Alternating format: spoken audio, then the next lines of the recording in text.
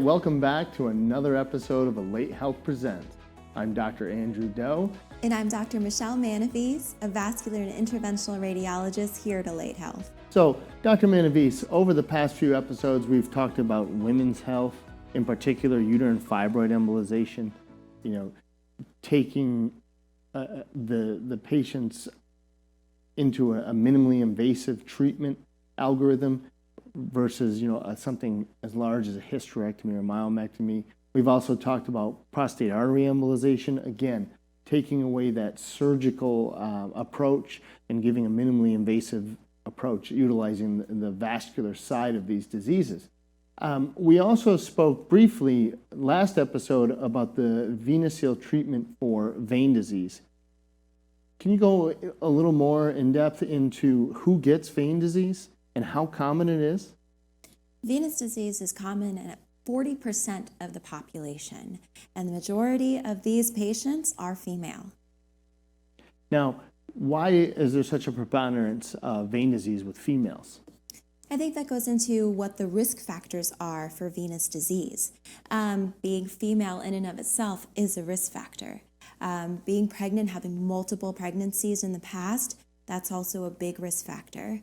Having a standing up job would also contribute to this, and a big one is genetics. Excellent. So doctors, nurses, hairdressers, retail, people with those types of jobs are going to be at a higher risk of having venous disease? Exactly. And I think it would benefit to go over a little bit about the anatomy and why venous disease happens in the first place. Would you like to go over the anatomy? Sure. I'll get us started. So the veins bring the blood back to the heart. That's their job. However, the blood coming from the heart has a big pump behind it, has a big push, and has these big, thick tubes that can help it get down to the feet or out to the hands or up to the brain. The veins don't have that kind of setup. The veins have to return the blood by something else working. So as we walk, as we move, we pump the veins and we pump the blood back up to our heart. And in order for the blood to overcome gravity, we have these little one-way valves. Now, if these one-way valves work, great. We don't have any vein disease. But for whatever reason, if these valves don't work, then we start to see these veins stretching out. We start to see these veins becoming painful, start to see swelling in the legs, maybe some spider veins on the surface. A whole host of symptoms can come about because of this backward flow causing what we call venous disease, or most of the public refers to it as varicose veins. Now, Dr. Maneevese, what kind of symptoms can you expect to see with patients with venous disease? So the symptoms go hand in hand with what exactly is going on with the anatomy, just as you explained. A lot of the symptoms happen because this back pressure, all of this blood that's supposed to be going anti-gravity through these one-way valves, are getting trapped in the most dependent portion of our body, our lower extremities. So you'll feel, our patients like to describe it as a deep pain that they can't get to, just heaviness of the legs, throbbing of the lower extremities. If this disease process progresses, you'll start to see skin changes. So the skin will start turning into a bluish, darker purple hue. In addition, you'll feel the skin stretching, and that can be very uncomfortable as well. A lot of our patients also express tinglies in their feet, strange sensations in their legs, and that can all be due to venous insufficiency or venous disease. Yes, many of my patients will describe a creepy, crawly sensation. And actually, speaking of this discoloration of the skin, both of my parents have venous disease, and I'm actually suffering from it myself and starting to see that. So when a patient comes in and you look at their legs, how do you know that this isn't just cosmetic? Because that's something I hear a lot. Well, isn't it just cosmetic? So a lot of our patients do present in that manner. They've got these spider veins, these reticular, really tiny veins on top of their skin, and they're just unsightly. And especially during the summer, you want to wear your shorts and be able to withstand the Houston heat. So having to wear pants and feeling embarrassed about the way your legs look, that might be the first reason why our patients come to see us. What I like to express to them is that it could be due to an underlying cause. So the veins are like highways in our body. So if there's a backup of pressure, if there's a lot of traffic, then you're going to look for an exit or maybe a way to circumvent that traffic. So your body will start to feed blood into areas that are less pressure or low traffic, and they'll create these little spider veins that you can see on the surface. So even though we can treat spider veins and we can do sclerotherapy and make your legs look great, that's not treating the underlying problem of venous insufficiency. So that's always something that I want to explore when a patient comes in just purely for cosmetics. Yes, I always describe to the patients as what you're seeing on the surface are just the leaves on the tree. And if you have a tree in the backyard, for whatever reason it's causing issues, maybe it's killing all the grass underneath it, or your sons keep running into it. Whatever it is, if you want to get rid of that bad tree, you're not going to just pull the leaves off it and expect it to go away. You're going to chop it off at the trunk and remove the tree, which is essentially what you want to do when you really want to fix what we call medical venous disease. And once you get a symptom, whether it be swelling of your legs or heaviness or that deep aching feeling, this is now medical varicose veins. It's not cosmetic any longer. And what can happen is you'll continue to get this darkening skin changes. And then, can you tell us, Dr. Maneevese, what's the last stage? I mean, how serious can vein disease get? So the last stage in venous insufficiency is the dreaded complication of getting an ulcer. So if you think about what these veins are surrounded by, they're surrounded by fat and skin. And these things are really stretchy. So these veins can stretch to a wide diameter to accommodate all of this blood. As they stretch and the skin also stretches with it, there's only so far that it can go. And that's when you're more prone to trauma, right? So if you and I were to bump our knee up against a coffee table, we would just get a bruise. And then your body would send these cells to clean up, the area of dead tissue there, and then the bruise would clear up. If someone were to have venous insufficiency, their circulation doesn't work quite that well. So you're not able to clear out this old blood, bring fresh blood in to heal the area. And from then, it could progress into an ulcer. And once you get to the ulcer stage, it becomes very difficult to treat, because if it were to get infected and you were to treat it with antibiotics, the antibiotics have a hard time getting there because the circulation is so poor. And so that's when we would lead to amputation and down that road. Yes, Dr. Maneevese, these healing issues are particularly important in patients with diabetes. And so many patients in the population have diabetes. You've already got a healing issue, and when you add on this venous disease or this poor healing because of venous disease, you kind of magnify that risk. Now, is there anything that our patients can do to slow down or even prevent venous disease?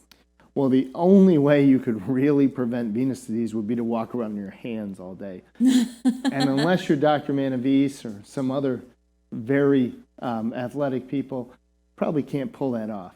So, and especially at my age, I wouldn't be able to do that. So the conservative things, basically, if you're not moving, walking, running, put your feet up, compression stockings. There is one medication that works somewhat in patients. It's more of a supplement, but those are the main conservative things, especially if you're going to stand a long time. Compression is probably the best option. Okay, so before we take a break, I just wanted to mention that our second office is opening up in Pearland. Yes, so you'll see at the end of the show or from our website, you can visit us down there starting December 15th. We're going to take a short break, and then we'll be right back.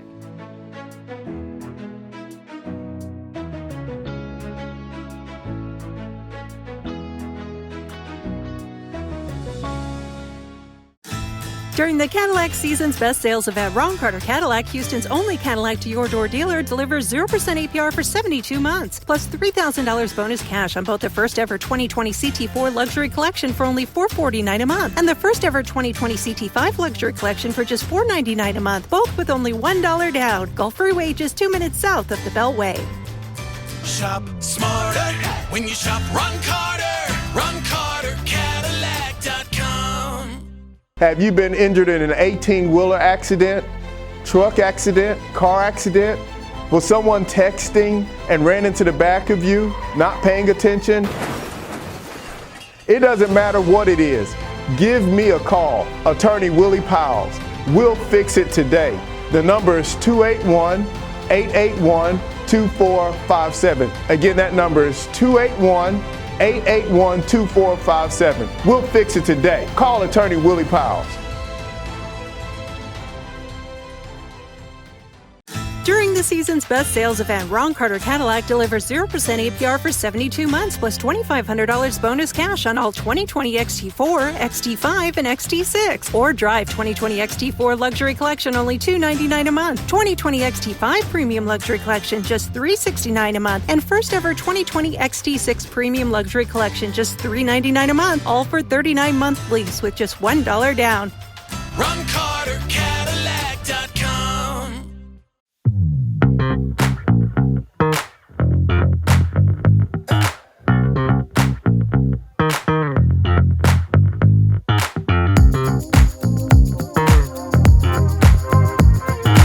I'm Attorney Willie Powles. Allow me to express myself with you. If you've been hurt or injured in a car or truck accident, give me a call and we'll get it fixed today.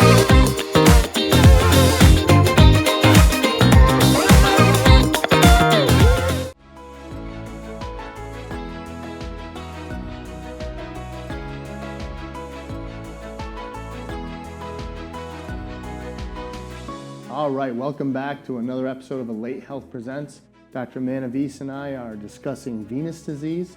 So when we left off, we were talking about conservative treatments for venous disease. So Dr. Maneevese, how often do patients come in and they've said, hey, I like compression stockings, that's all I'm going to do for the rest of my life? I've heard that about 0 times. 0 times. So when our patients come in, they want to know why their legs are hurting and what we can do to fix it. So what are some things we can do to fix it?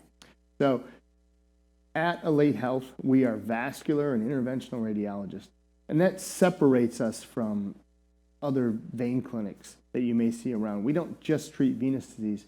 When a patient comes in to see us, we're going to evaluate you the whole 100% of your circulation, whether it be trouble getting blood to your feet or getting blood from your feet back to your heart, which is venous disease.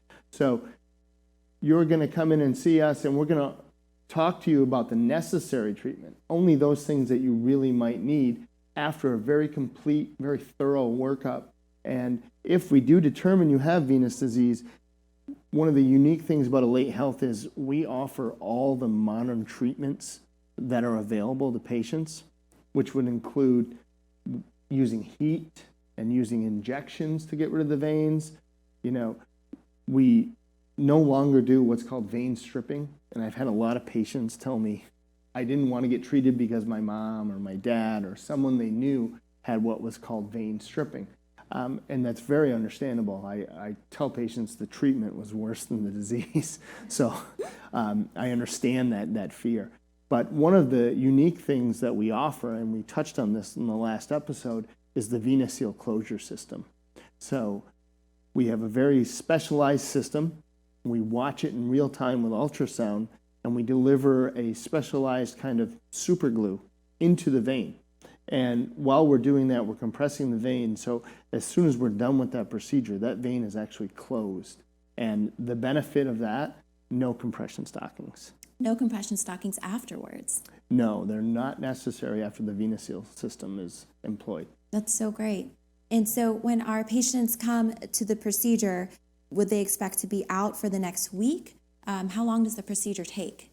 So the procedure itself takes our portion, the physician portion of the procedure, probably takes anywhere from 20 to 30 minutes. The entire time you're in the office getting ready for the procedure, having the procedure, and waking up after and leaving is probably no more than 2 hours.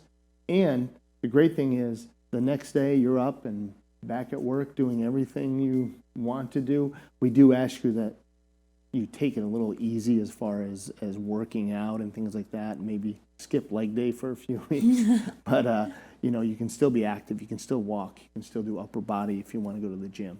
So it's very well tolerated, and you're back on your feet actually right after the procedure. So depending on the severity of the disease, does the treatment process change? And how do you grade the severity of the disease? So when the patient comes in, we have a lot of different things we're looking for. Is the skin discolored by the feet, the ankles, the legs?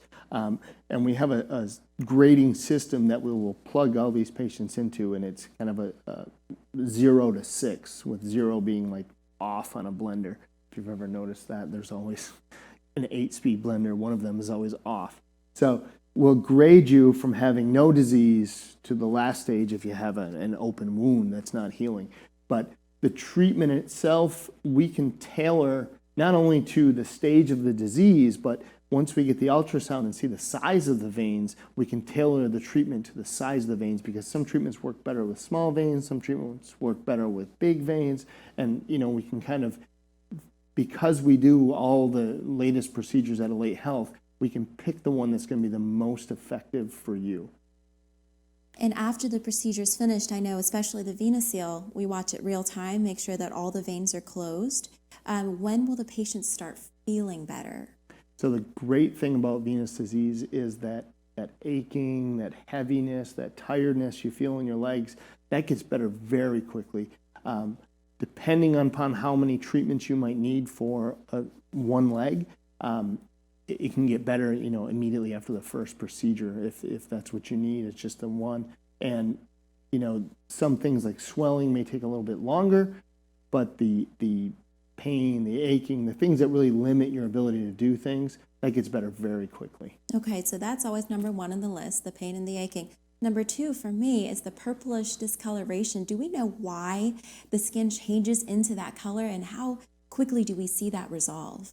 So again, that's a lot like swelling. It takes a little longer to resolve, because what that really is, the veins have become so stretched out and so thin that your little red blood cells leak out into the skin. And those red blood cells are red because they have iron in them. And I tell patients, in jest, obviously, but I tell them, you're rusting from the inside. So that iron is getting deposited in the skin. And the reason it takes long to get to lighten up and to go away is because you're fixing the vein disease, but that iron is kind of trapped in the skin. So as the skin kind of sheds over months, it'll gradually lighten and gradually go away. So it will improve. Okay, and now another question that I get from my patients often is, will you need this vein for anything in the future? Are there any consequences of having this vein completely ablated? So this was a question I always had, and I can remember years ago sitting in Iraq with a good friend of mine who's actually a cardiovascular surgeon, and I said to him, I'm in there just not really destroying, but I'm there closing these veins off. Don't they use these for bypass? Am I making your life harder when the patient 5, 10, 15 years later has a heart attack? And his response to me was no. For one, they don't really do bypasses like that anymore, so you're safe. And two, there's veins all over your body. And patients often ask me, well, wait a minute, you're going to shut off my veins? Don't I need those veins? Well, the good thing, and probably the bad thing that leads to a lot of the venous disease, we have this redundant system in our legs, and the veins we're actually going to treat really don't carry much blood compared to the deep veins. And the deep veins are lucky. They have a lot of structural support. They have muscles and bones that keep them from stretching out. So shutting off these veins, we're only shutting off 1 or 2 veins in the leg. You have thousands of veins in your leg, so there's more than enough backup So it really doesn't cause any bad effects. The fact that you were collaborative with your cardiology friend and colleague really speaks to what interventional radiology seeks to achieve is a team approach to patient care. So I think that's really nice. And just to echo what you said earlier, we see venous disease day in and day out. Veins and arteries, this is what we do all the time. This is our bread and butter. So where you go first really, really matters for your venous disease. Absolutely. We really want to meet our patients early on when they feel just a tingle or an ache in their legs and they want to know what's going on, not at the very end of the line where they have an ulcer. So, if you feel any of these symptoms, get to a vascular interventional radiologist so we can evaluate you properly. Yes, and I think that giving the patient all their options, like we spoke about with women's health, there's hysterectomy and myomectomy, but then there's uterine fibroid embolization. If your doctor isn't giving you all the options and you're going to the internet and finding out, hey, there's another option, you really want to reconsider, are you getting all the information? Are you going to get the best treatment? And, make that decision yourself, but make sure you're informed. And at Alate Health, we will give you every option. Maybe what we can do for your condition might not be the best, but we'll tell you that. And like you said, it's very much a collaborative approach at Alate Health. So Dr. Doe, you've got some heaviness and throbbing in your legs. It's genetic, like you said. Both of your parents had it. Where are you going to go first in Houston for your venous insufficiency? I'm going to go to Dr. Maneevese. Great. Excellent hands. And I'm one of those, if I was a teacher, you'd never get 100 from me. You never get an A because I'm one of those very tough graders, but Dr. Maneevese would get an A. All right. Dr. Doe, will you let our viewers know where they can catch us and get in contact with us and come see one of us for a consult? Yes, so you can always go to our website, alatehealth.com.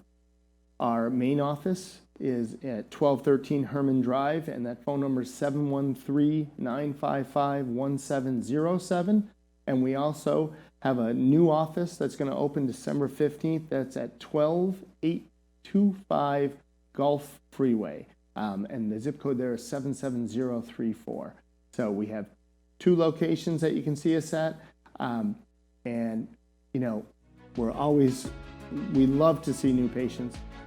Dr. Maneevese is actively building an excellent practice, and if you have any questions, our website's very informative. You can read at your leisure. You don't have to come in and talk to us to find out all the information we want you to have. And any questions, feel free to contact us. And next week, we'll be back with another episode of Alate Health Presents. Until next time.